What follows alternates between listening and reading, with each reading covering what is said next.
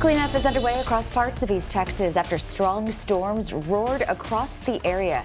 From downed trees, roofs, ripped off buildings, we've got a look at all that damage left behind. Plus, Hurricane Melissa now a Category 3 storm, slamming Cuba overnight. Up to 12-foot storm surges and torrential rain threatening dangerous flooding and landslides. Those details and more coming up.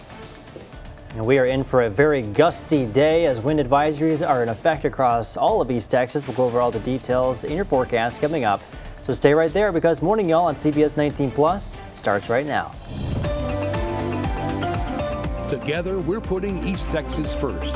You're watching Morning Y'all on CBS 19 Plus. Severe weather made its mark across East Texas yesterday. Strong storms rolled through Lindale and Kilgore, leaving behind downed trees, power outages, and reports of damage in those areas. And today the cleanup continues. Yeah, and even though the storms have passed, East Texas is still feeling the effects. A weather impact alert is in effect for today for gusty winds that could make it tricky for folks cleaning up storm damage and just navigating Interstate 20. Take a look. This is one of our cameras in Gregg County. You can see the camera shaking a little bit occasionally from time to time from those strong gusts of wind. Definitely have to be careful out there. Good morning, y'all. Thanks so much for staying with us here on CBS 19 Plus. I'm Jesus Martinez. And I'm Dana Dixon. We're so glad you're with us this morning. Want to keep you safe as you get ready to head out the door. It is a weather impact alert day. Yeah, it's because of those strong winds, Joel. It is a windy Wednesday. Yeah, windy Wednesday indeed. We got some very strong gusts as we head into this afternoon, even starting as early as the later parts of this morning. We're talking gusts between 40 and 45 miles per hour.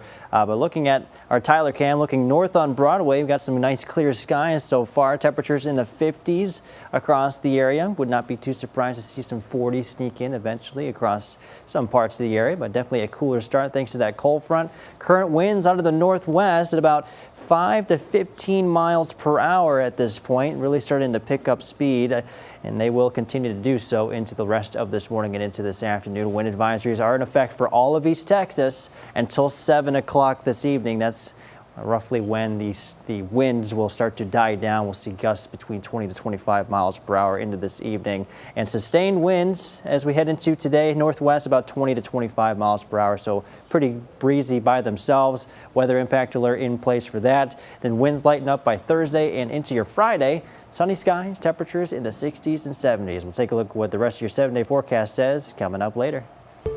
All right, Joel, thanks so much. Crews have been working throughout the night in Kilgore restoring power and clearing blocked roads after yesterday's round of storms. And we're learning most of the roads are passable this morning, but there are still some barricades up on some streets because of all that debris. Yeah, definitely be careful. Those barricades will come down throughout the day.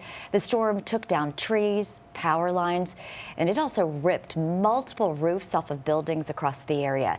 CBS 19's Nayeli Carrillo shows us the damage that was left behind.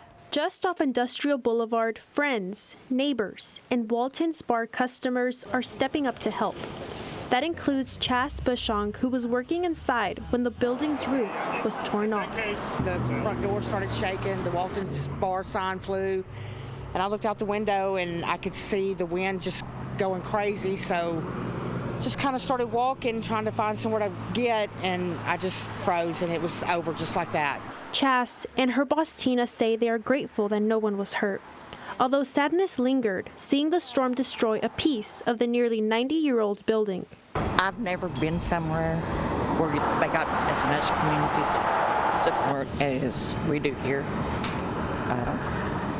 I mean, the guys are already picking stuff up and doing some things to help them getting it ready. The Kilgore Police Department believes the damage spans 8 to 10 square blocks across the southern part of the city. That's near Driller Park and R.E. St. John's Stadium. At this time, they are unsure whether the storm was a tornado or straight-line winds. But one thing is certain. We're going to keep going. This ain't going to stop us from being open. We'll keep going. Police have added extra patrols overnight to keep an eye on darkened neighborhoods. Reporting in Kilgore, I'm Nayeli Carrillo. SWEPCO got some power back on, but numerous electrical poles were brought down and will need to be replaced, which will take some time. Patrols will be in the area, and that will be affected until the power is restored. Now, we're still working to find out if there were any injuries in a pileup on Interstate 20 near State Highway 42. At one point, both directions of the interstate were closed due to multiple crashes. But as you can see right here, all lanes are back open. The eastbound lanes were closed for nearly 6 hours yesterday. Investigators will also be looking to see if weather played a role in those crashes. We are also tracking Hurricane Melissa this morning. Now a deadly Category 3 storm moving north after slamming into Cuba overnight. Flooding is expected to be the biggest threat to Cuba. The storm surge on its southeast coast could reach up to 12 feet.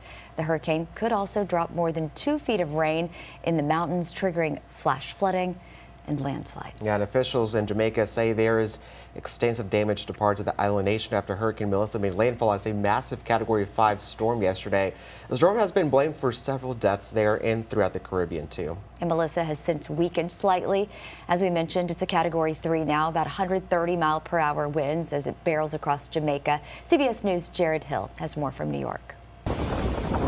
New images show the extent of the devastation in Jamaica after Hurricane Melissa, one of the strongest storms on record, slammed into the island on Tuesday. Jamaica's gone through what I can call one of its worst periods. Heavy storm surge left streets underwater, sustained winds up to 185 miles per hour, ripped off roofs, uprooted trees, and brought down power lines. Local officials say hundreds of thousands of people are without electricity. Here is our home away from home. American tourists Steve and Wendy Shirk hunkered down during the storm in a shelter at their resort in Ocho Rios. The guests, they've been very cooperative. They've been very reassured. There's no panic. It was peaceful in the shelter. The storm being watched closely across the U.S., where the latest census shows more than 1 million people identify as Jamaican or Jamaican American. I have my sisters, I have nephews, I have nieces in Kingston, Jamaica. Texas restaurant owner Errol Biles has been working to get supplies to the island to help with the recovery. I've partnered with a local nonprofit organization that is collecting canned foods, personal items, baby diapers, baby food. Meanwhile, heavy rains and floods now batter Cuba, where thousands have already evacuated. Jared Hill, CBS News. And we have just learned from meteorologist Joel Robinson just moments ago, Melissa was downgraded to a Cat 2 storm. The National Hurricane Center expects the storm to also hit parts of the Bahamas later today before churning north through the Atlantic Ocean. We are still waiting to learn more about a crash involving a Longview police officer. It happened around 7 last night on Gilmer Road, right in front of Magic China. The officer's car collided with a white Chevrolet truck, causing significant damage to the police vehicle.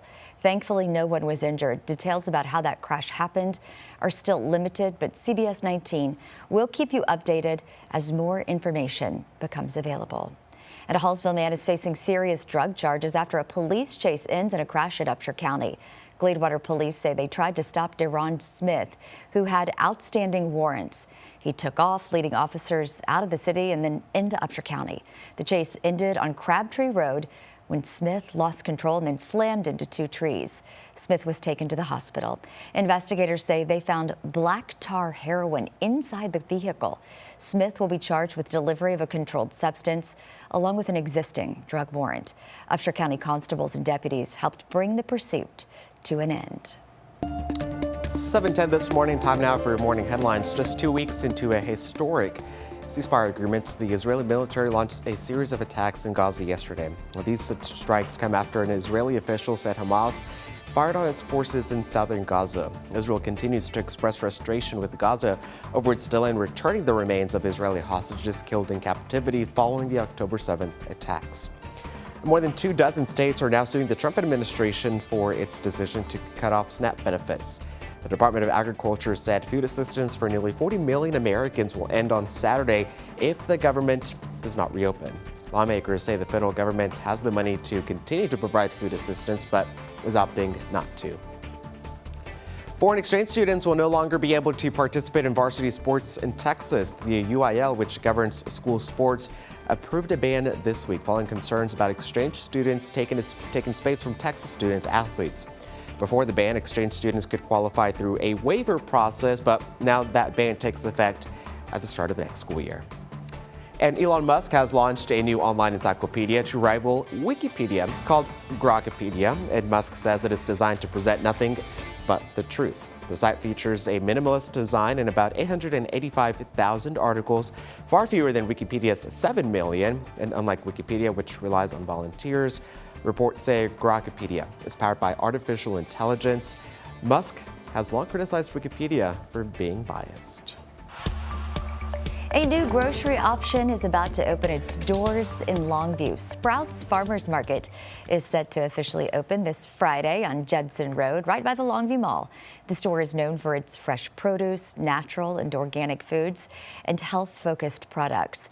A ribbon-cutting ceremony is planned for that same morning, and the grand opening celebration will keep going all weekend. Sounds like a good time. Well, spooky season is here. And it's not just the ghosts giving people the chills, it's also those Halloween price tags. Yeah, but before you scream at the checkout, there is a thrilling and thrifty way to save. As Emily Miranda found out, some Texans are turning to thrift stores to keep the fun affordable.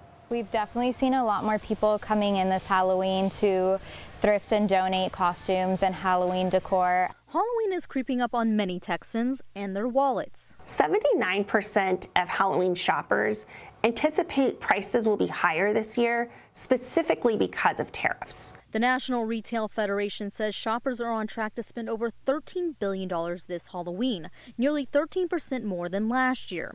But people aren't necessarily buying more, they are just paying more for what they get.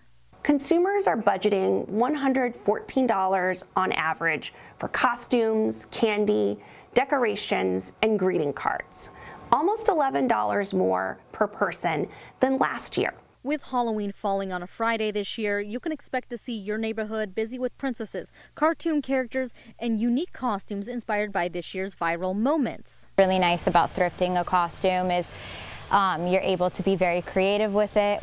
Ashley Sondone with Goodwill Central Texas says you can thrift a full costume for $10 to $20 at one of their stores. Through October 31st, for all Halloween items will be 50% off, so you can score some really good last-minute deals. And if you're a last-minute shopper, she says come in with an open mind and be ready to get creative. You're going to have a really original costume since it's not, pre-packaged, something that everyone else is going to have. In Austin, Emily Miranda, CBS Austin News. Be unique and be original. Why not? All right, well, Halloween is almost here. That means plenty of spooky fun. From scary movie marathons to classic Halloween specials on TV. Dana says no thanks. Whether you're into the jump scares, the laughs, or just a little nostalgia, there's no shortage of things to watch this week. Of course, Halloween is on Friday, so we want to know, what's your favorite Halloween movie or scary TV show? Can you guess what mine is? Charlie Brown's Pumpkin? It's the Great Pumpkin, Charlie Was Brown. it really? Yes. No way. Oh, wait, I just guessed off the top of my head. You know me so well. Well done, There well we done. go. You know what I grew up watching? Goosebumps. Okay. That was a Goosebumps 90s TV show. It was also a book series written by R.L. Stein. I remember that. That was what I grew up watching. I also had a video game too, Goosebumps Horrorland. They had a video game? DS. Yeah, they My had it kids for the read that. DS, Wii, and the PS3, I think. Yeah. I didn't read it, but I know in elementary school during lunchtime, if we behaved, they would play a movie during lunchtime, and Goosebumps was one of them. Okay. Oh, yeah. What's your favorite Halloween movie? Halloween Town. Oh, I yeah. don't even Town know what was that good. is. Yeah. It's really fun. Think of it, Magic School Bus meets Okay. Halloween. Okay. The concept is there, but not the storyline. I could do There's that. Flying bus, and Harry Potter kind of like too. You go into like the Halloween I like world, Sabrina and the then Teenage world- Witch. That's that one too. I'm so boring. There's no Nightmare on Elm Street No. for me, or Halloween the It's- movie. No, Yeah, Friday the 13th. not for me either. I'll stick with the classic nostalgic Sweet. kid movies, sweet movies. Yeah. That makes it We're a lot gonna more stay fun. kids at heart forever. Right? Yeah, Who well, needs trick or treating? We'll trick or treat ourselves. Right. We'll snack on sugary candy, even though we just said in the water cooler question. You couldn't not have supposed told to. middle school Dana that. I was No. trick or treating. Or elementary school Dana, I was trick or treating. We're all Yeah. over the place. It's never too old to trick or treat. Kids could be doing so much worse right now. If there's a teenager at your door, give them some trick or treats. Absolutely. Right. Yeah. Some good Well, old you want to candy. win tickets to Wonder Screams in Shreveport?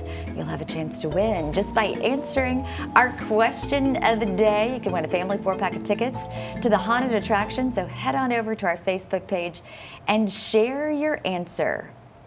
All right, today's winner of a family 4-pack of tickets to Wonder Screams is Sissy Neal. Congratulations. Just stop by the station located here in Tyler to pick up those tickets.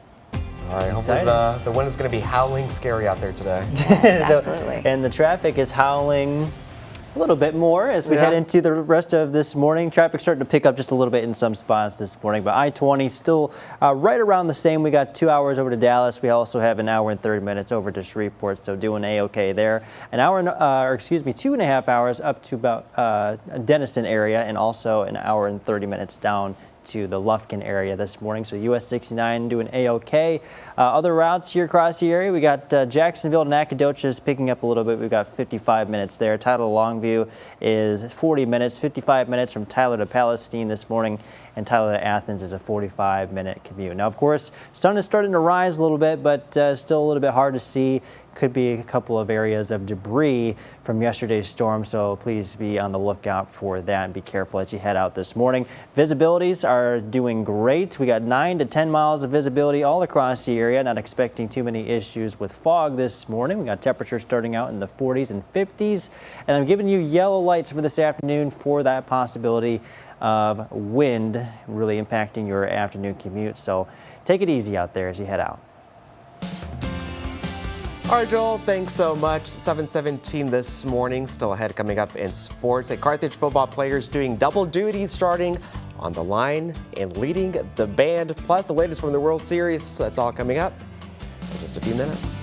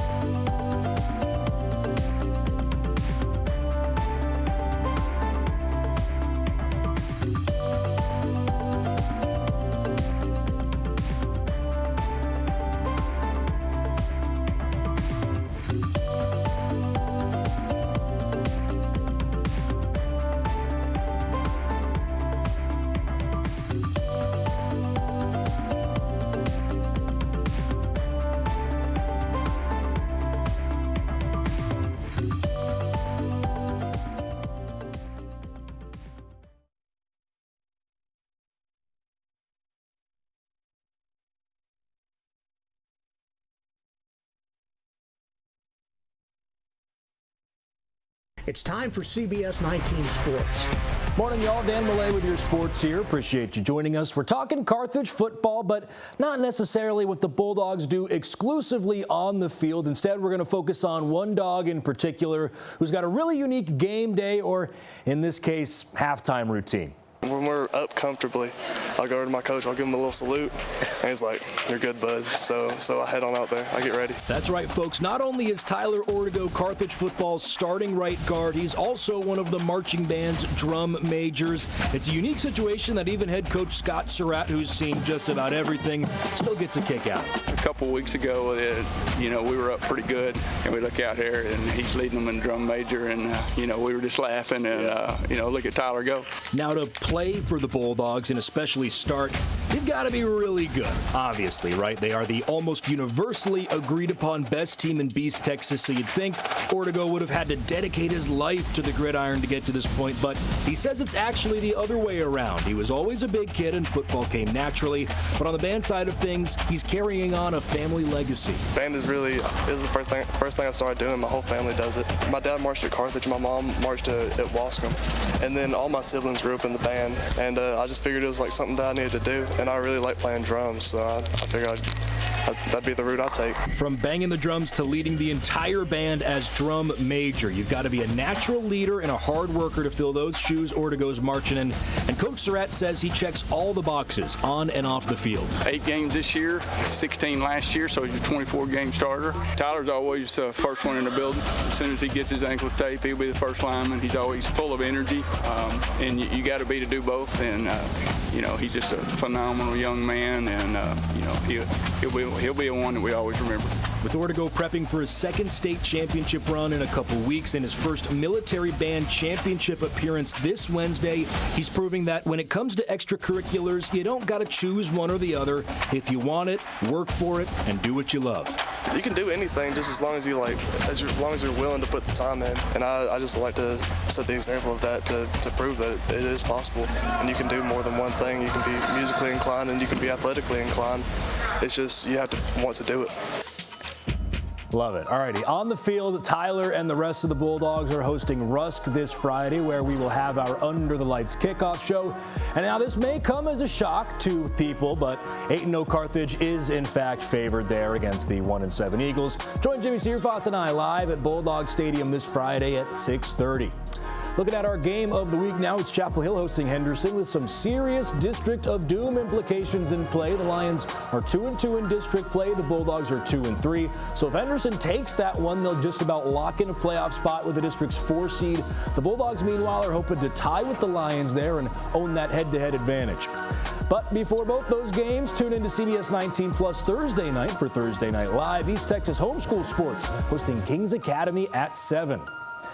And in flag football news, ETBU announced Maddie Melton as the school's very first women's flag football coach the other day. Melton was a D3 NCAA champion with the Tigers softball team. She's a former performance coach and an NCCPT certified trainer.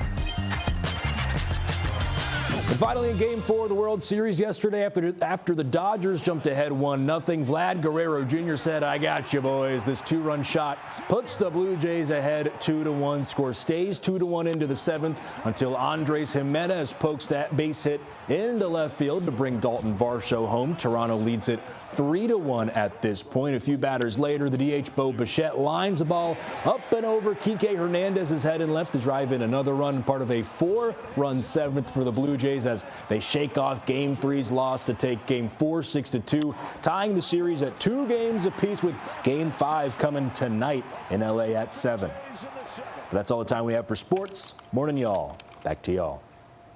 All right, Dan, thanks so much. We're about to step away for a quick moment while we do our over-the-air broadcast with a quick news update. Yes, stay with us. We'll be right back here on CBS 19 Plus.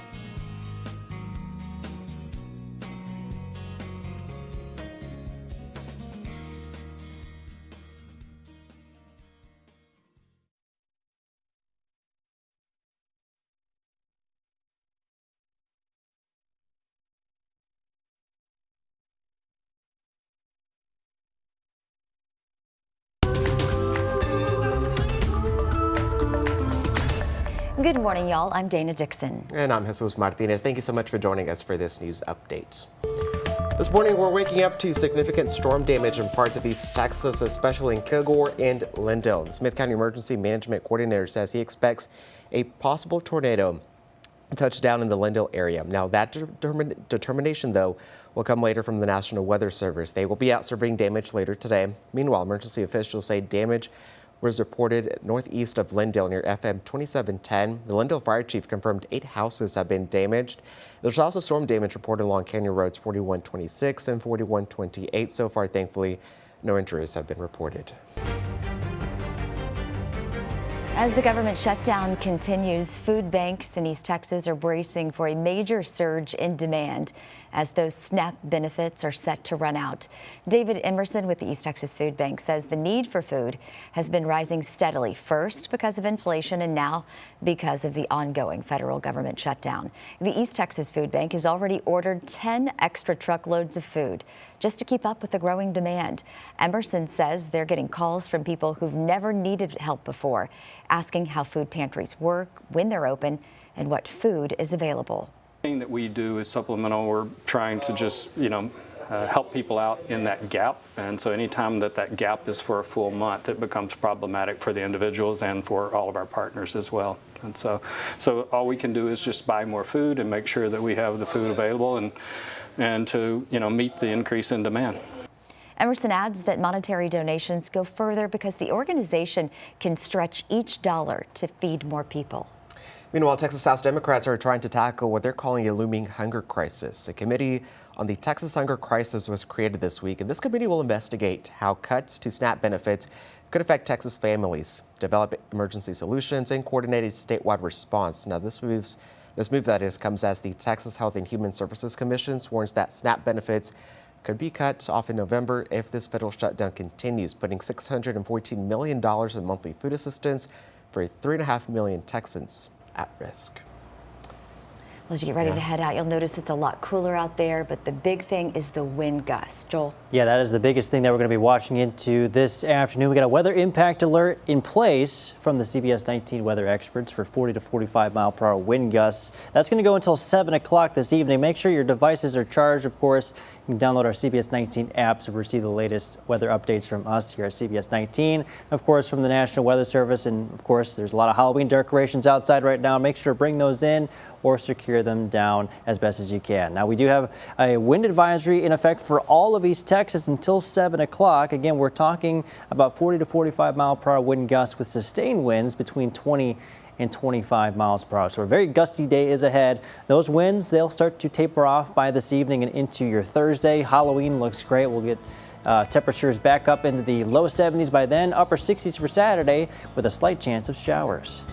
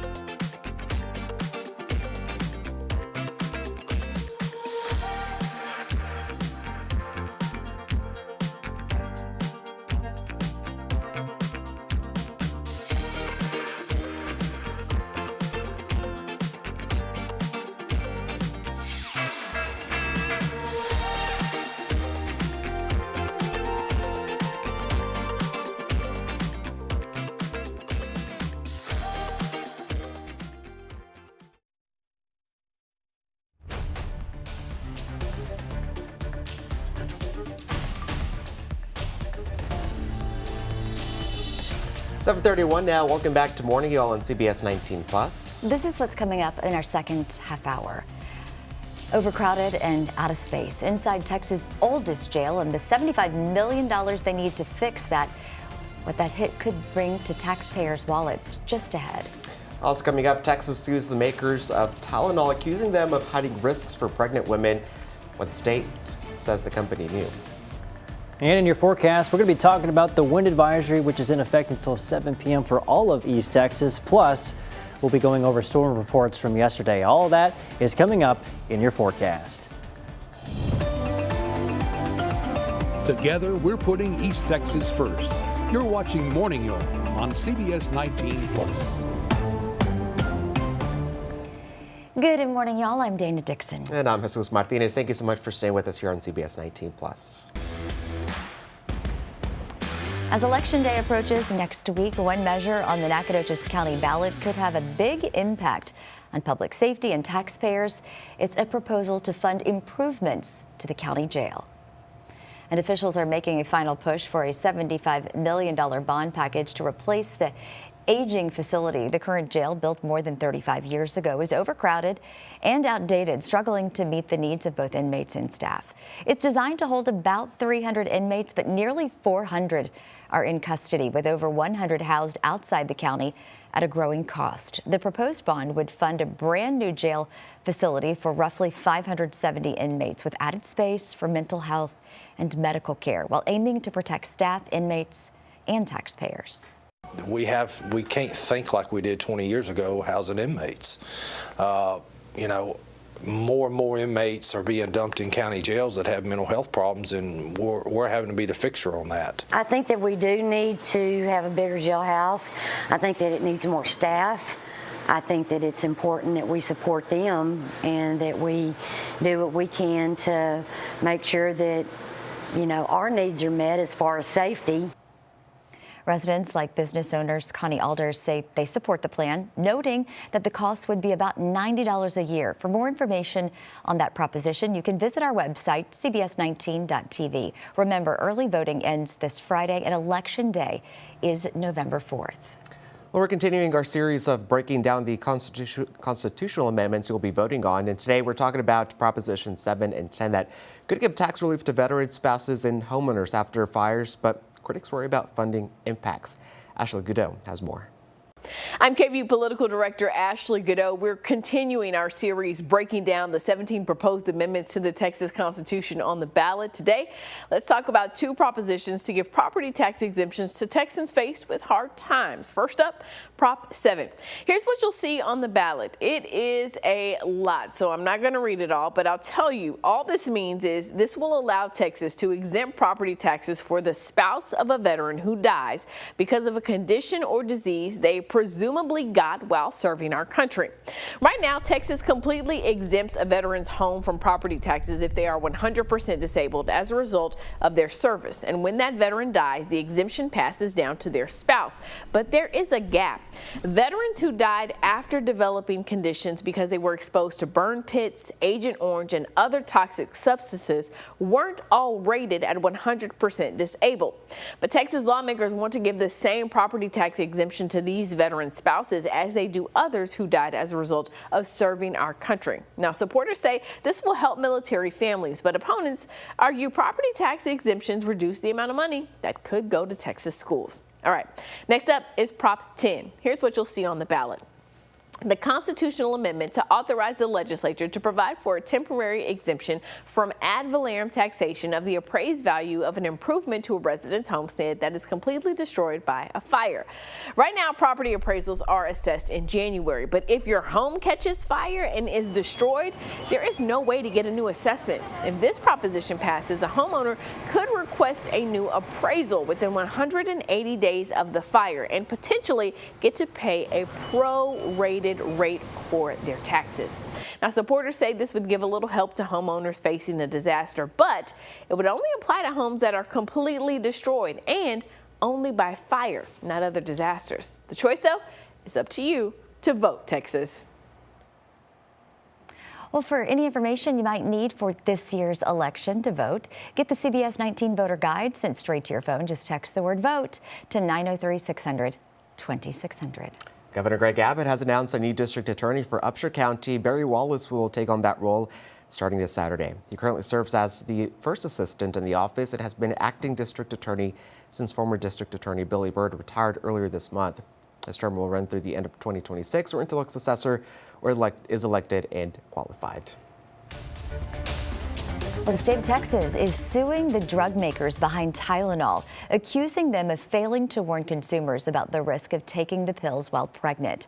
The suit comes just 5 weeks after updated guidance from the Trump administration came out. Now, in September, President Donald Trump and Health Secretary Robert F. Kennedy Jr. said that using Tylenol during pregnancy was linked to an increase of autism for children. Now, Texas Attorney General Ken Paxton's office alleges both Johnson & Johnson and its spinoff company Kenvue knew about the increased risk, but they marketed the pills to pregnant moms for decades anyways, violating state consumer protection laws.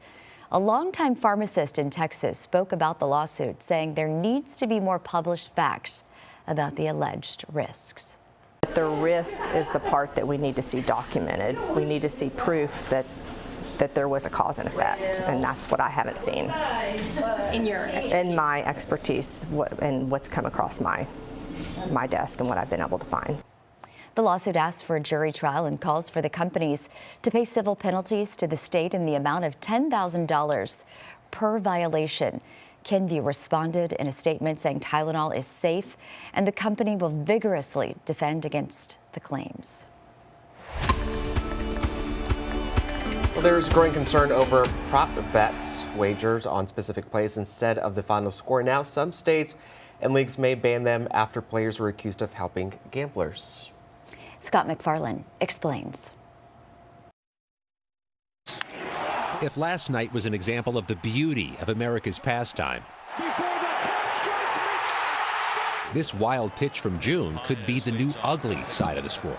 It's just a little bit outside. In the third inning, Cleveland pitcher Luis Ortiz threw a pitch in the dirt and was suspended soon after amid allegations he might have done it on purpose to help gamblers who'd bet on that pitch being outside the strike zone.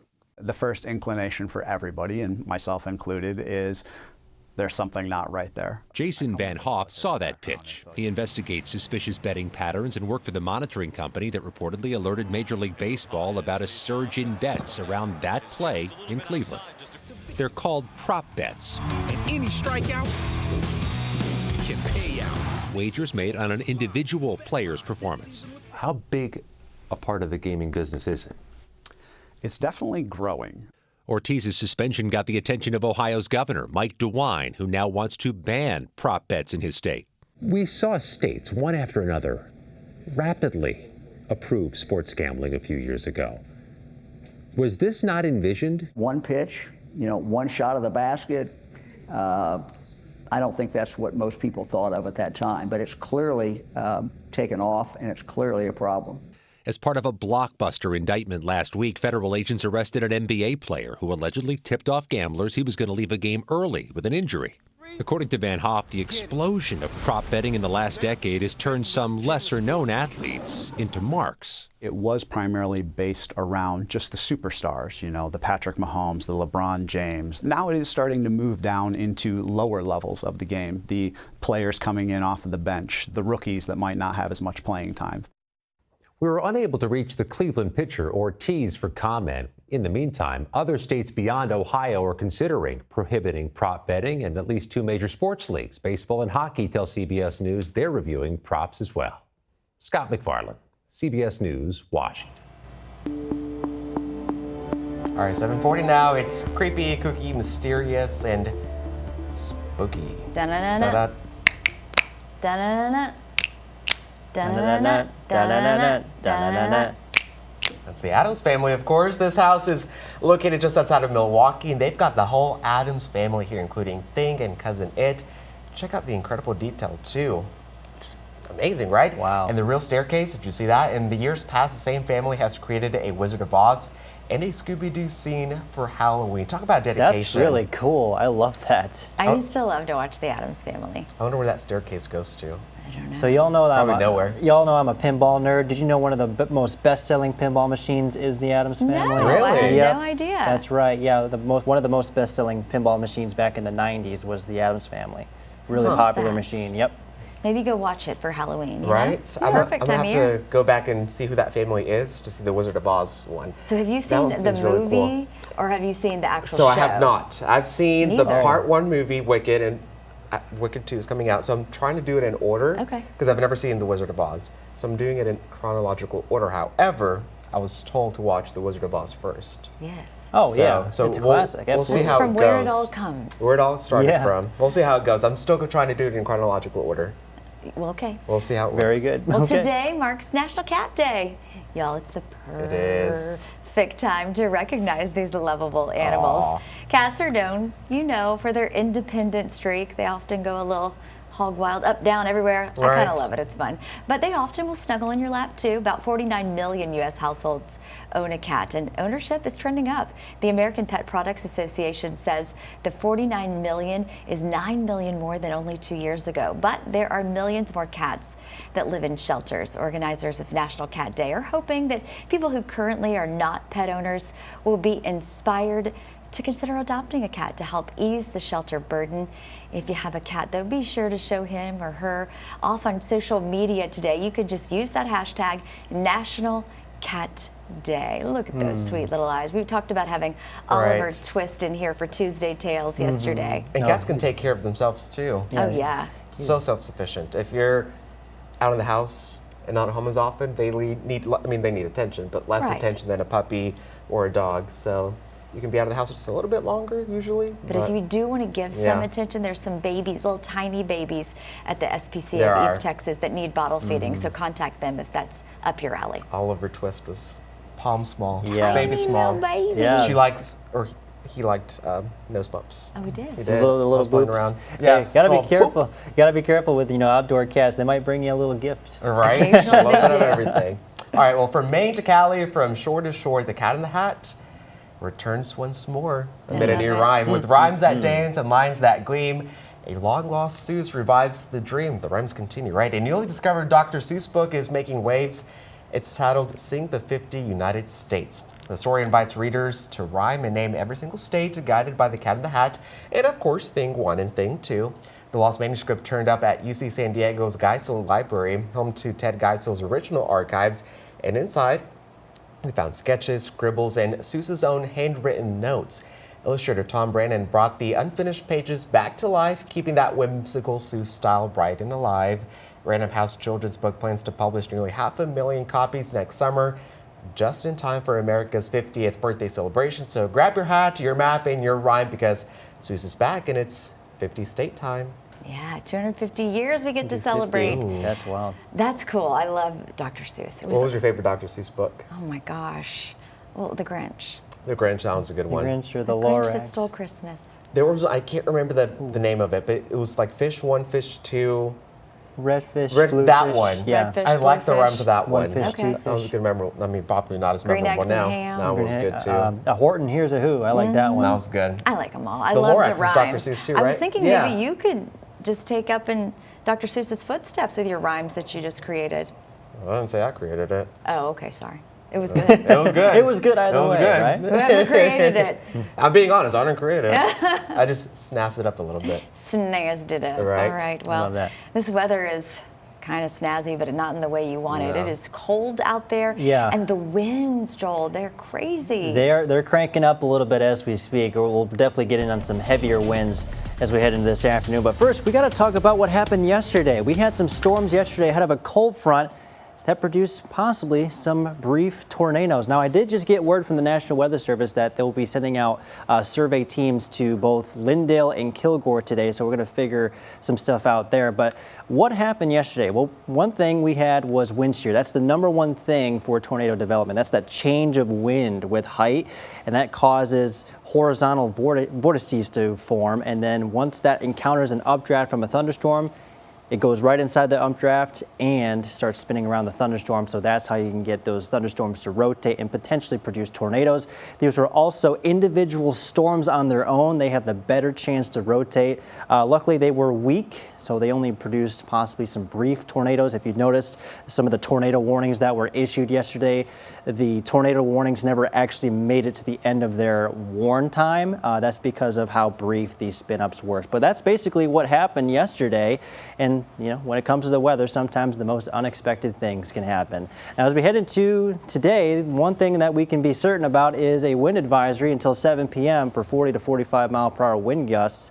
We are expecting winds by themselves to be sustained between 20 and 25 miles per hour right out of the northwest. So east-west mass traffic definitely going to be kind of definitely affected for sure, especially those higher profile vehicles in particular. Now those winds will start to calm down by the later half of today and then into tomorrow and Friday. It looks beautiful. Temperatures in the middle 60s, possibly near 70 by Friday. I'll show you what the rest of your 7-day forecast looks like coming up. Thank you so much, Joel. Well, still ahead, when it comes to strokes, every second counts, and that's why recognizing the early warning signs is so important. After the break, we'll show you how researchers are using actors to help doctors spot the signs faster and save even more lives.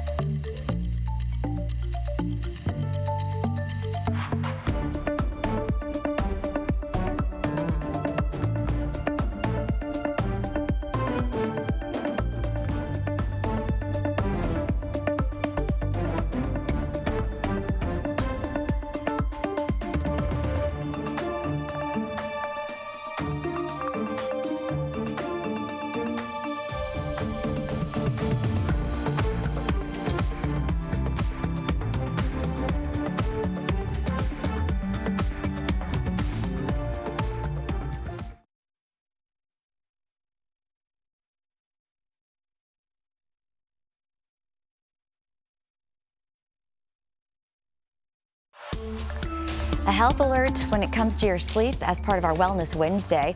Not maintaining your internal body clock can have serious consequences for your health. An American Heart Association statement says disruptions to the body's circadian rhythm may increase the risk of cardiovascular disease, obesity, type 2 diabetes, and high blood pressure. Circadian disruption happens when a person changes their typical daily sleep and meal times.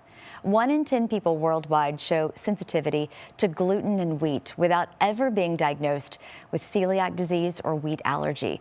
Research published in the British Medical Journal found that these people have non-celiac gluten wheat sensitivity, reporting fatigue and headache after they eat gluten or wheat. The condition is more common among women, people with irritable bowel syndrome, anxiety, and depression.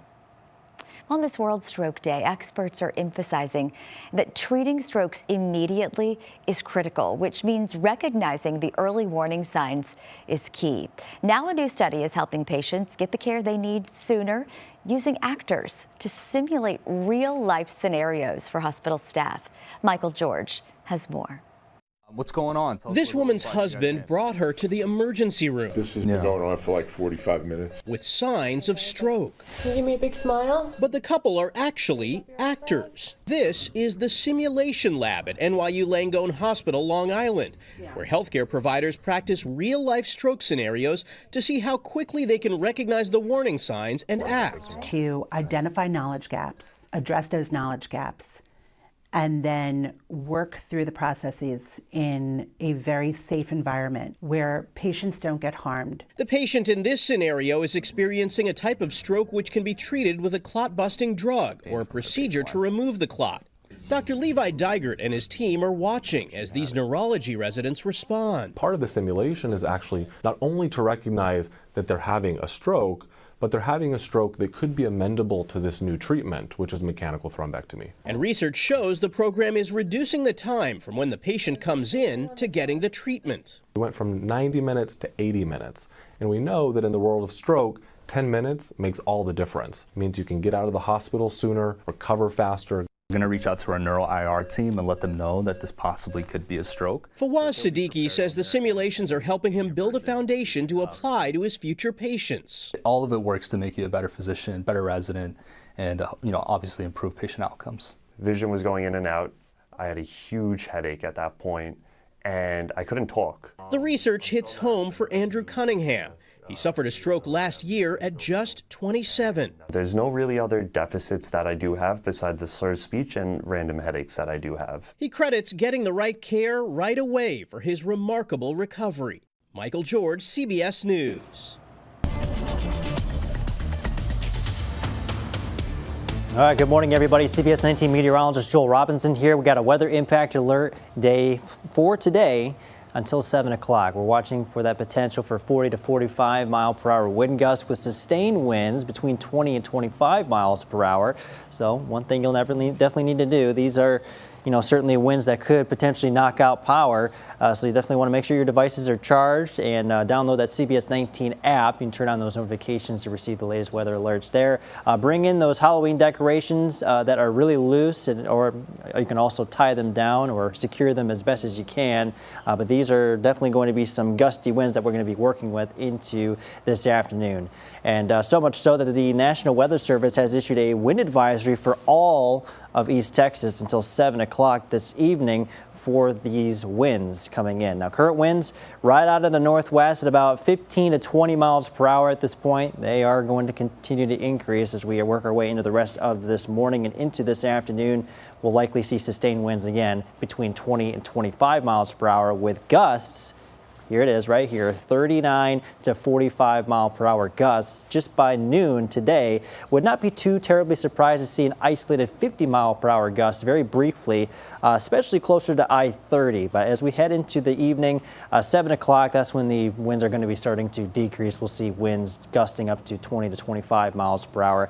Now with the drier air in place and of course the winds being the way they're going to be into this afternoon, we got fire danger here across the area. High, very high to extreme fire danger, especially off into deep East Texas. So you definitely do not want to burn anything today given those winds. Today's highs definitely going to be on the cooler side. We'll see temperatures in the low 60s, possibly feeling like the middle 50s as you add the wind in there. And then temperatures and conditions will improve as we head into Thursday and Friday. We'll see temperatures in the middle 60s to low 70s, a slight chance of showers on Saturday, and then we fall back Saturday night. All right, Joel, thanks so much. Well, Halloween is almost here, just 2 days away. It is this Friday. If you still haven't bought your Halloween candy or costume, or if you just want to stay indoors, we're talking all about Halloween movies or TV shows. So for our question of the day, we're going to ask you what's your favorite Halloween movie or TV show. We had a couple of people on our Facebook. They did. I'm with Mandy. Yeah. She says The Great Pumpkin, Charlie Brown. That one is a good one. It's my favorite. Any Charlie Brown movie is a good movie. I don't think my kids have watched it as much as I have watched it. It's fun. In my adult years. And it's free during the holidays. Yes, I love it. It is. I owned it. We owned it for a while, like on I remember DVD. as a kid, it would come out on like your network channels. Yes. And I would always tune in. It would change from time to time where it aired, and so I love There it. you always go. on there. I would say if you consider this a Halloween movie, The Sixth Sense. Have you ever seen that I one? have, and Yeah. I'd never thought of it as a Halloween movie, I but mean, it is. It's just, it's about ghosts. Never heard about It was like It's a I good went one. like this Yeah. in that movie. Right. Right. There's a huge twist. Not obviously Right. going to say Have you what seen it it? is. I haven't. No, I haven't seen Not it. going to say what well, it is. there's a moment. At Yeah. the end. It's not scary. It's just You're like, whoa. huh, whoa. You Yeah. know? I'm gonna stick with the OGs. Hocus Pocus. Yes. Yeah. That's a Lena good one. said that yeah, too. No, for sure. Garfield's Halloween, that's from Daryl. I've never seen that. Catherine says Coco, and Terry says Salem's Lot. I have not seen some of those, but Yeah. I just Me and watched that Coco great the other day. pumpkin. That's Dia de los Muertos. Yeah. Yes. Yeah. Yeah. my kids have seen it. I just haven't seen It's it. a good movie. Definitely a good movie. I heard it was, and it's kind of sad. It's very sad. Okay. You'll shed a tear or two. Oh, but I it is- definitely will. Yeah. Those movies get to me. Okay, Yeah. I'll watch Be it. prepared. I'm It's a gonna good watch movie. it later, not for Not now. Halloween. Later. Yeah. It's one of those movies you're like you're sad in the moment, but once it's over and like you share all the tears, you're like, okay, I'm good now. You're good now. Yeah. I do remember my kids coming home and saying, "Mom, that was kind of sad." Yeah. Yeah. All right, do you want to win some tickets to Wonder Screams in Shreveport? Not sad, but very spooky. You have the chance to do so by just answering our question of the day. Tomorrow's the last day to win, and today's winner of a family 4-pack of tickets is Jason Whitworth. Congratulations. All right. You're going to Wonder Screams in Shreveport if you want to, just by stopping by our station located in Tyler to pick up those amazing tickets. If you dare. That's right. We are about Yeah. to step away for just a moment. Don't be afraid, though. We'll come back. We're going to do our over-the-air broadcast. That will be right back here on CBS 19 Plus.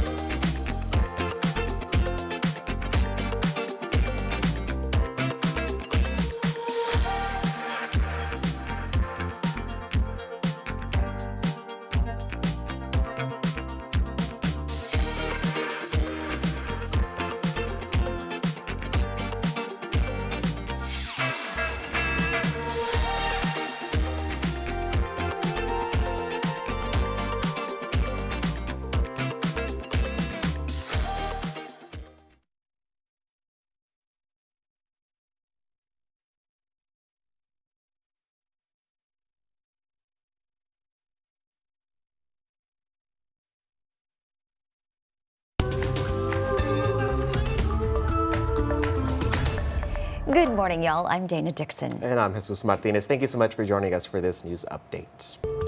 Well, crews have been working throughout the night in Kilgore, restoring power and clearing blocked roads after yesterday's round of storms. Yeah, the storm took down trees, power lines, and it also ripped multiple roofs off of buildings across the area. Walton's Bar off Industrial Drive was one of those buildings damaged. Friends, neighbors, and customers stepped up to help, though, cleaning up after the storm. Chaz Bouchong was working inside the building when the roof was torn off. The front door started shaking, the Walton's Bar sign flew, and I looked out the window and I could see the wind just going crazy, so just kind of started walking, trying to find somewhere to get, and I just froze and it was over just like that. The Kilgore Police Department believes the damage spans 8 to 10 square blocks across the southern part of the city. That's near Driller Park and Ari St. John Memorial Stadium. At this time, they're unsure whether the storm was a tornado or straight line winds, but the National Weather Service will look into that today. All right, take a look at this video. A wild police chase tore through Houston County, that is, yesterday, and it was all caught on camera. Jeremy Alexander Brandt is now facing multiple charges, including evading arrest, unlawful restraint, and criminal trespass, and unauthorized use of a vehicle. Now, according to Crockett Police, it all started when Brent reportedly trespassed at a home in Latexo. Officers spotted his vehicle on State Highway 7, but when they tried to stop him, Brent took off, hitting speeds of over 100 miles an hour, as you saw in the video. Police used stop sticks near State Loop 304, finally flattening his tires and ending the chase. Brent was arrested without incident, and the passenger in the car was unharmed, and he's being held in the Houston County Jail on a $155,000 bond. Well, check this out. A new grocery store is about to open its doors in Longview. Sprouts Farmers Market is set to officially open this Friday on Judson Road, right by Longview Mall. The store is known for its fresh produce, natural and organic foods, and health-focused products.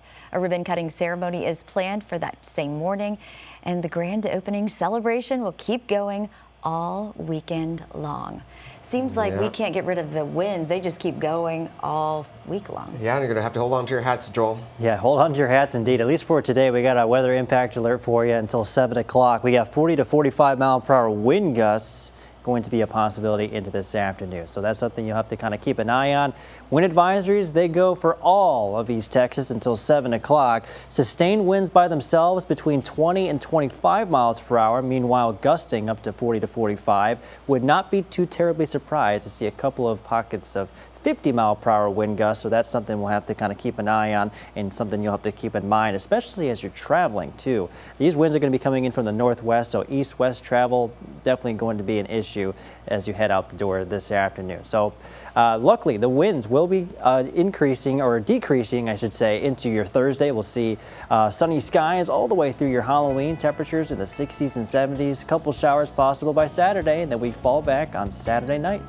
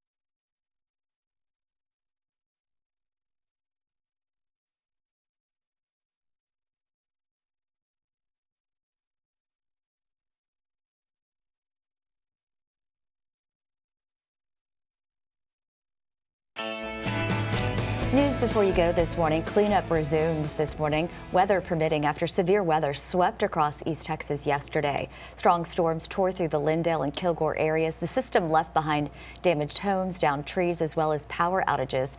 Remember, a weather impact alert is in effect for gusty winds that could make cleanup and driving difficult today. Well, as the government shutdown continues, East Texas food banks are preparing for a surge in demand as SNAP benefits are set to run out on Saturday. David Emerson with the East Texas Food Bank says thousands of federal workers and SNAP recipients could lose access to food. The food bank has ordered extra supplies and is urging donations, which go further in helping families in need.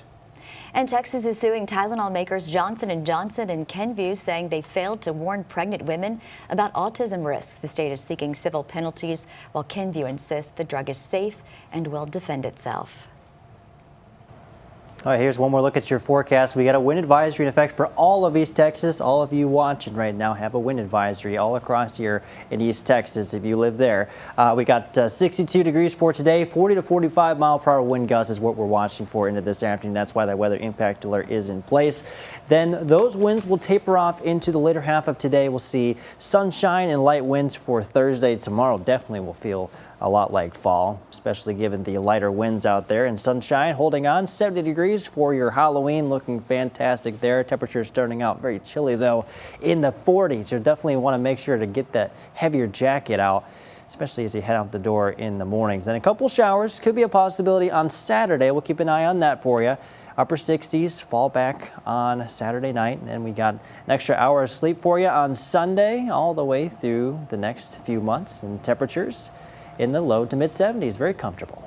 All right, Joel said Halloween. He gave it a thumbs up, and so we're going to stick with the Halloween theme for this one. All right. Take a look at this. This couple, they're livening up, living the pirate's life with a cannon and everything. This is a huge ship display, and it proves it is huge. Big Halloween fans, they've been building the ship since 2018, adding sails, masts, even a jail.